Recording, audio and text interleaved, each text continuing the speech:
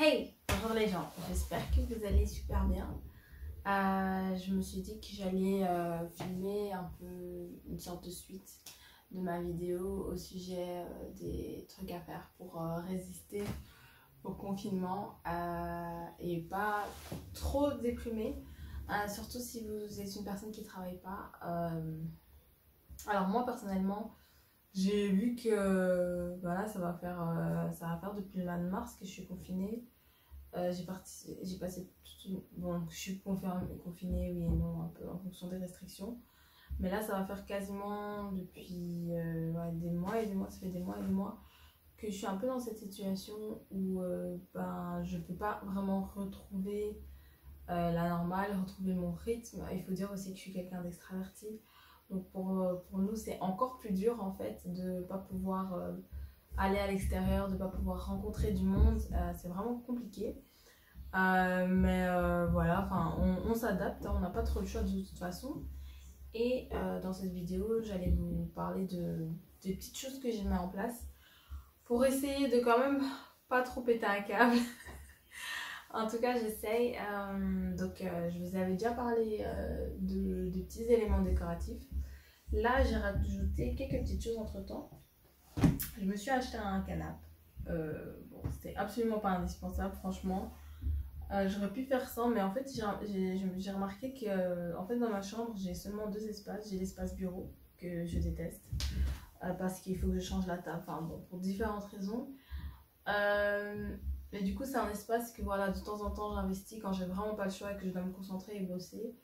Mais c'est vraiment un espace que j'aime pas vraiment. Et puis, j'ai mon espace lit, où bah, je dors. Et malheureusement, je dors, je travaille, je mange parfois même.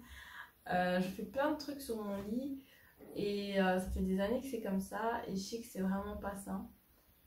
Et du coup, j'ai décidé d'essayer de délimiter l'espace, d'investir des autres endroits de mon appart, enfin de ma chambre, vu que j'ai juste une chambre moi. Et donc ici, j'ai la bibliothèque juste à côté.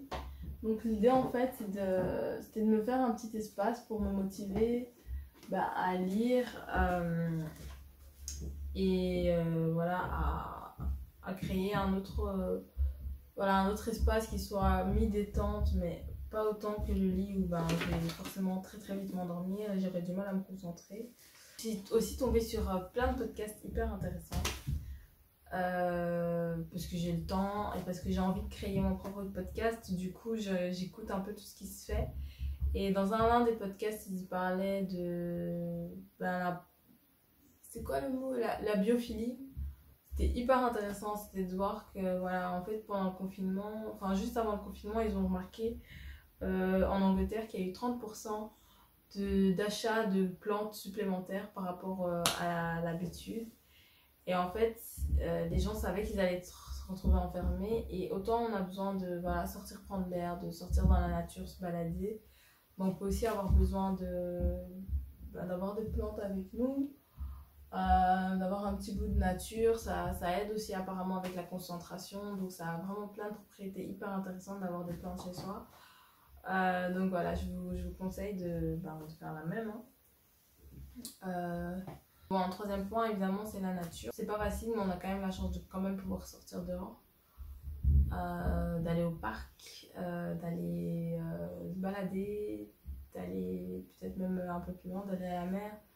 En essayant d'être safe au maximum si on y va en transport en commun.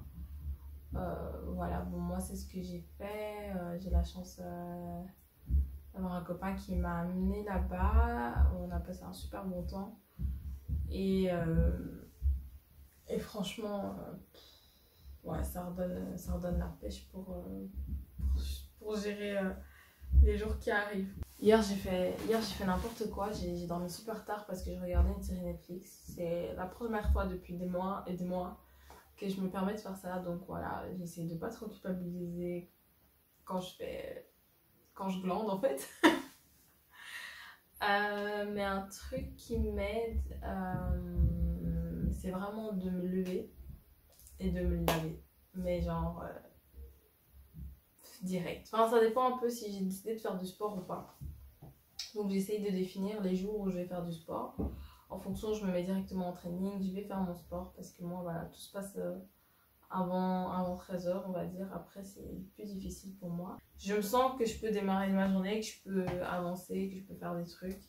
C'est aussi une manière de rester digne en fait, parce que ouais, c'est vrai que bon, même si on décide de rester à la maison, c'est chouette d'avoir des chouettes pyjamas, d'avoir des trucs dans lesquels se sentir bien. D'ailleurs, si vous cherchez des pyjamas, au Lidl, il y a, je pense que c'est juste cette semaine, cette promotion, mais il y a des super jolis pyjamas. Mais je pense que vous pouvez trouver ça un peu partout. Enfin, si vous en avez déjà, utilisez ce que vous avez, hein, évidemment, mais voilà. Juste avoir des tenues confortables dans lesquelles on se sent bien, mais quand même assez habillé pour pouvoir sortir. Je pense que c'est tout, ça fait déjà 4 conseils, je crois. Mais ouais, en tout cas, la gestion des journées, c'est pas évident quand on n'a plus le rythme. Voilà, ça se fait tout seul. Ça s'apprend. Faut un peu chercher sa routine, chercher ce qui nous convient. Peut-être que vous, ça vous conviendra pas du tout de vous lever tôt. Préférez vous lever plus tard et faire des choses plus dans la soirée. C'est quelque chose, c'est quand même très très personnel. Mais bon, voilà. Moi, en tout cas, je vous souhaite beaucoup de courage. Je vous souhaite de mettre du soleil dans vos vies. Et pour info, j'ai aussi écrit quelques articles ces dernières semaines. J'ai écrit un article sur. Je sais plus où est-ce que je vous avais laissé. Mais dans tous les cas, j'ai écrit un article sur l'abstinence et un article sur les alliés blancs. Et prochainement, je publierai quelque chose au sujet de la maternité et du regret d'être devenue une maman ou pas, ou de vouloir être une maman en 2020, qu'est-ce que c'est. Donc voilà. Voilà pour toutes les infos. Je pense que je peux m'arrêter là. J'espère quand même que cette vidéo vous aura plu, même si c'est tout simple. Et je vous dis à très bientôt. Ciao.